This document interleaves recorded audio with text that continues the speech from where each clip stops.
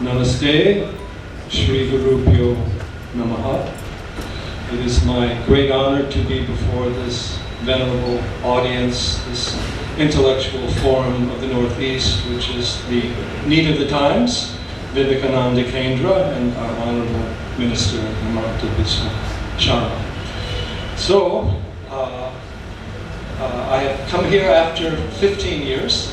I really should be here more often. It's an area that I always felt very connected to.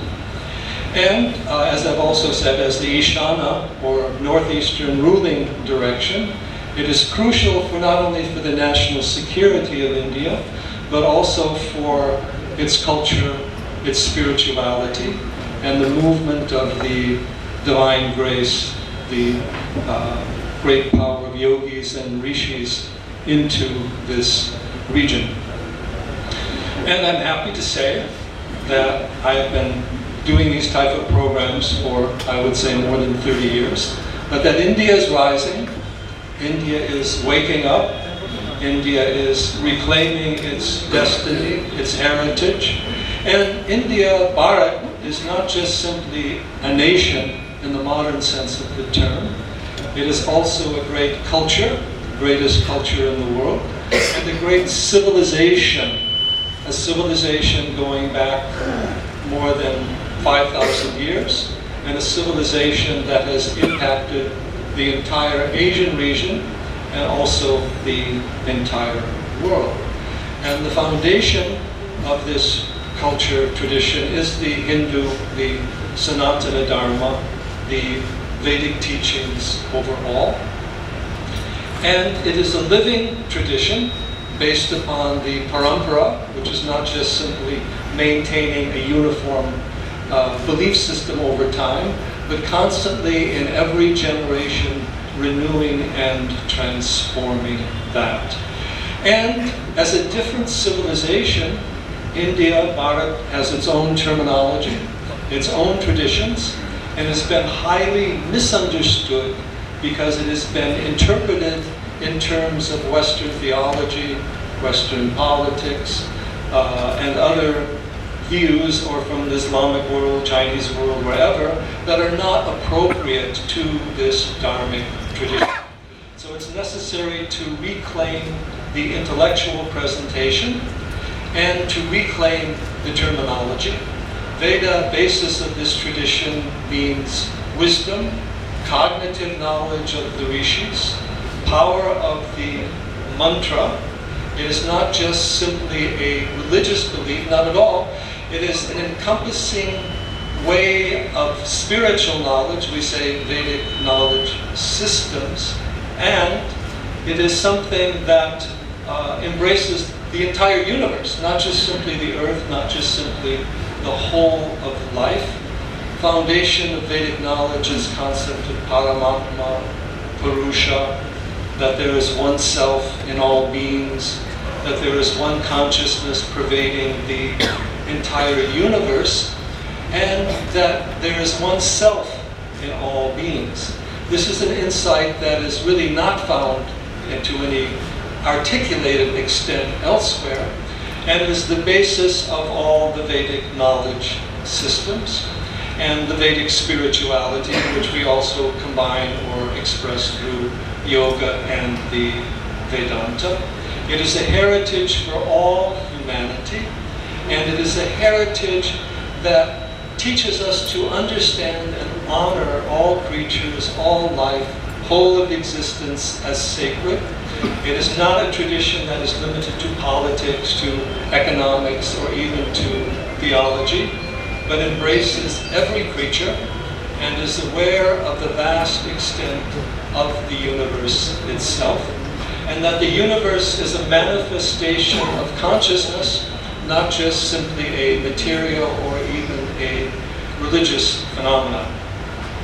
Now today, the world is at a crossroads, and India is also at a crossroads, because it is this deeper yogic Vedic knowledge that we need to unite the planet, to save the ecology, to bring true harmony between all the different communities in the world, and to resolve all these different conflicting ideologies which are based upon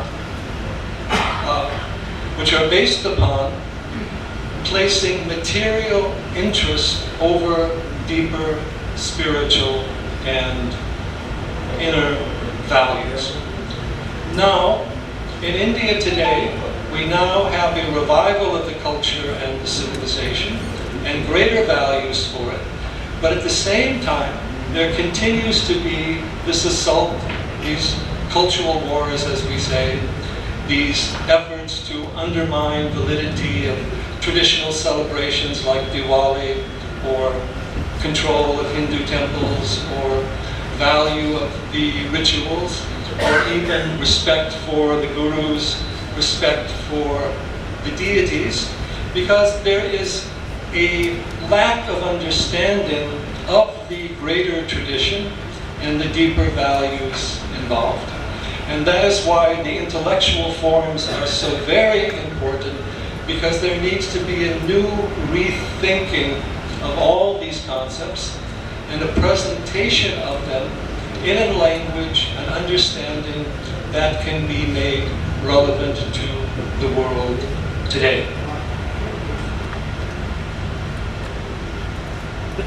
Now, we live in this era of information technology, and we live in an era in which we are becoming progressively disconnected from the world of nature and from our own inner being or deeper self. So there needs to be a fundamental reorientation of education. That is why we need yoga in the schools, not just as asana, but also as pranayama, mantra, meditation to calm the mind so that we can use this technology without being overwhelmed by it. We need the Ayurveda, the natural healing, all the herbs involved, the right dietary factors, right living factors based upon understanding of constitution. Because whatever we do with our technology, we are products of the world of nature, and we cannot find happiness or well-being if we've lost our organic connection with the whole of life. And here I see the northeast of India as one of the most powerful, perhaps the most powerful ecosystem in the world, with the rivers, the mountains, the plants, the great Himalayas, all of this, and having a central role in holding that particular energy. Now, we also need, relative to understanding psychology, spirituality, and religion, to be able to look more deeply into ourselves and into the meditative mind through these... Anything closer? Oh yes, I can put the mind very close. Thank you. Yep. So we need to take that deeper knowledge into the mind and consciousness. At the deepest level, the Hindu Dharma is a science of consciousness. It is not just simply a set of religious beliefs or outer practices. And by science of consciousness, we mean a science of universal consciousness.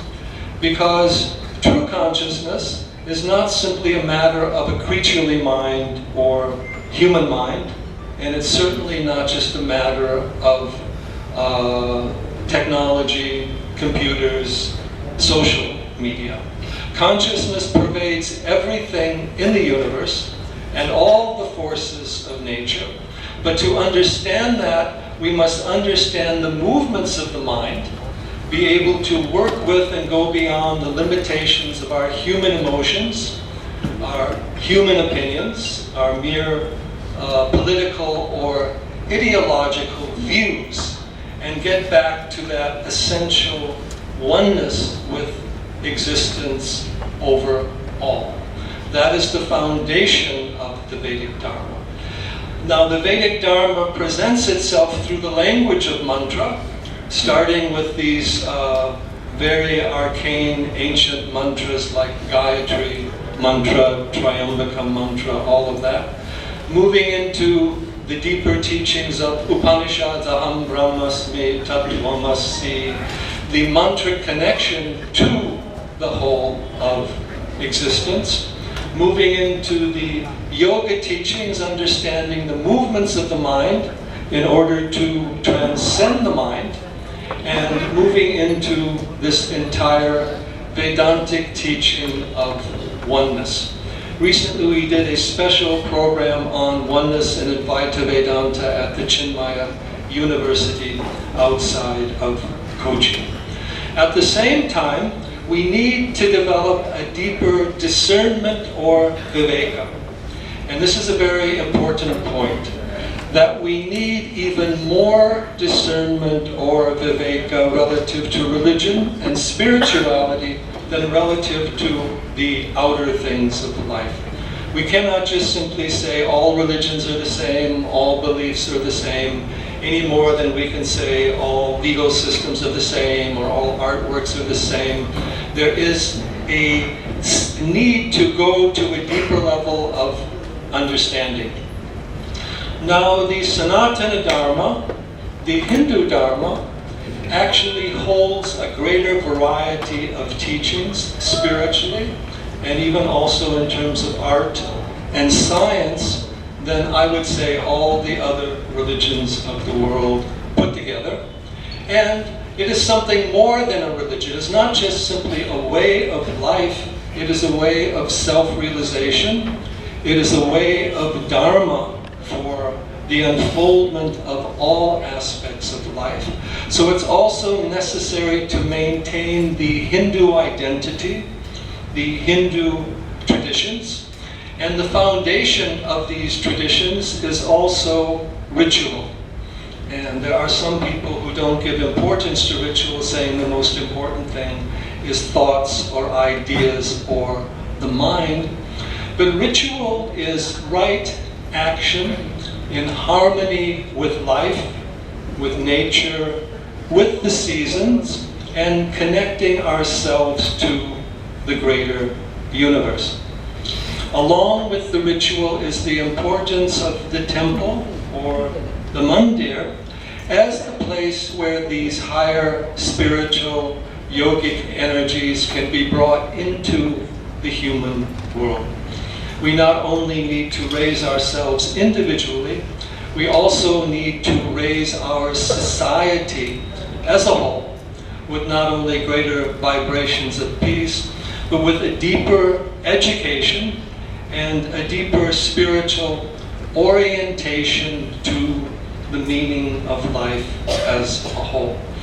And with these factors, it is very necessary to preserve the cultural diversity. In fact, I would say there is a greater cultural diversity in India than in any other country of the world, but a diversity that is rooted in a deeper unity and sense of the sacred than a lot of the materialistic, political, outer cultures that we have dominating the world today. So these cultures, like the different ecosystems, need to be preserved. And for that, the family has to be maintained, extended family, community, educational patterns, local temple worship, local religious worship, arts and crafts, way of life, because this is the way that we are able to sustain these higher energies in the world. They can be integrated into the forces of information and technology, science, travel, all those things. But we also need to be grounded in the earth, connected to nature, and holding that deeper organic essence. What we see in the world today, we see the organic basis of life declining, breakdown of the family system, loss of identity, loss of the deeper spiritual vision. So that needs to be countered, and the forces that we are seeing coming into India are already operative in the West. We need to find our harmony and well-being within us, not through external stimulation of drugs, even our technology can stimulate us, inform us in some way, but it cannot bring us true happiness and well-being. That can only come from this deeper inner awareness that must be sustained not simply at an individual level, but also at a community and collective level. We see the influence of India spreading throughout the world. Narendra Modi was just in the United States, and he's now made friends with, I'd say, a greater variety of leaders in the world than any other world leader today. Indian concepts and understandings through yoga, Vedanta, and Ayurveda are spreading at the same time that India remains under siege by foreign ideologies. The biggest problem we have in India is that the intellectual class, particularly in the urban realms like Delhi, were captured or controlled by Marxist, leftist influences, and they still project their influences via the media and via certain academic forms that also need to be challenged. In fact, we've also been involved with this ancient Indian issue, and I was recently meeting with some of the geneticists like my friend Niraj Rai in Lucknow, and the latest genetic research shows that there is a continuity of the same populations in India going back 5,000 years, and there's no evidence of these steppe people coming in and bringing you your culture and your civilization from the outside. One of the points that I have long argued, you mentioned myth of Aryan invasion. India has the greatest literature in terms of size, depth, and diversity from the ancient world than any other culture, whether it's Egypt or Babylonia or the Greeks or the Romans, which is of course the Vedas. Now we have this continuity of culture, civilization, and populations going back 5,000 years. So these two have to come together. The Vedic heritage is the heritage of ancient India. It is already very diverse in its origin, with dozens of great rishis, Vasishta, Vishwamitra, Agastya, Bharadwaj, so many others. And it also honors the forces of nature, Agni, Soma, Vayu, but not simply as outer factors, but as inner factors of a deeper cosmic being that we are part of, including the basis of the Ayurvedic medicine. We also work with the Agni. We lit the Agni, or the fire, here. Recently we were in Ayodhya for Diwali, and we were part of this lighting of more than 500,000 oil lamps on the Sarai River. Some would say, why are you wasting so much oil for such a purpose? Why? Because in honoring the divine forces, the great gurus, the devatas, the avatars, we are creating the foundation to bring that deeper, healing, transformative energy into life. So we are doing a great work and a great service. And that same power of consciousness is like a fire. We call it Chidagni, fire of consciousness. Lalita is said, Chidagni Kunda Sambhuta, born of the altar of the fire of consciousness. And we're very honored to be in Kamakhya, and nearby Kamakhya, which is the home of Devi Shakti, Kamakshi, the supreme form of the goddess. And I would also like to introduce to you my wife Yogini Shambhavi, because not only does she hold the power of the Shakti sadhana and the Devi, even though she came from what's largely a Punjabi background, she was born in Guahati. And so it is coming home. And she's here also with her mother and her sister, her mother who was living in Guwahati for some time, and her sister who was also coming from this region. So they're also having a kind of family reunion for Guwahati. And I'm also happy to be part of it. because I have felt a certain connection to this region and also to Devi Shakti. The other Kamakshi, as you may know, is Kanchipuram, where you have Kanchi Kamakshi and where you have the Shankaracharyas of Kanchi. I was able to visit with the Shankaracharya of Kanchipuram, the Paramacharya, 3 times during his life, and also to draw the inspiration from there. So my message, in summary, is do not be timid, do not be apologetic, don't simply try to defend yourself or think that you have to justify who you are or what you are doing. This Sanatan Dharma, this Hindu Dharma, is relevant to all human beings. It holds the oldest, deepest spiritual, yogic, rishi heritage of all humanity. It also sustains and upholds all these native and indigenous traditions, whether it be Americas, Asia, Polynesia, Africa, the ancient, deeper spiritual heritage that we have had. It also sustains the greatest mystical tradition that all great mystics share, unity consciousness, self-realization.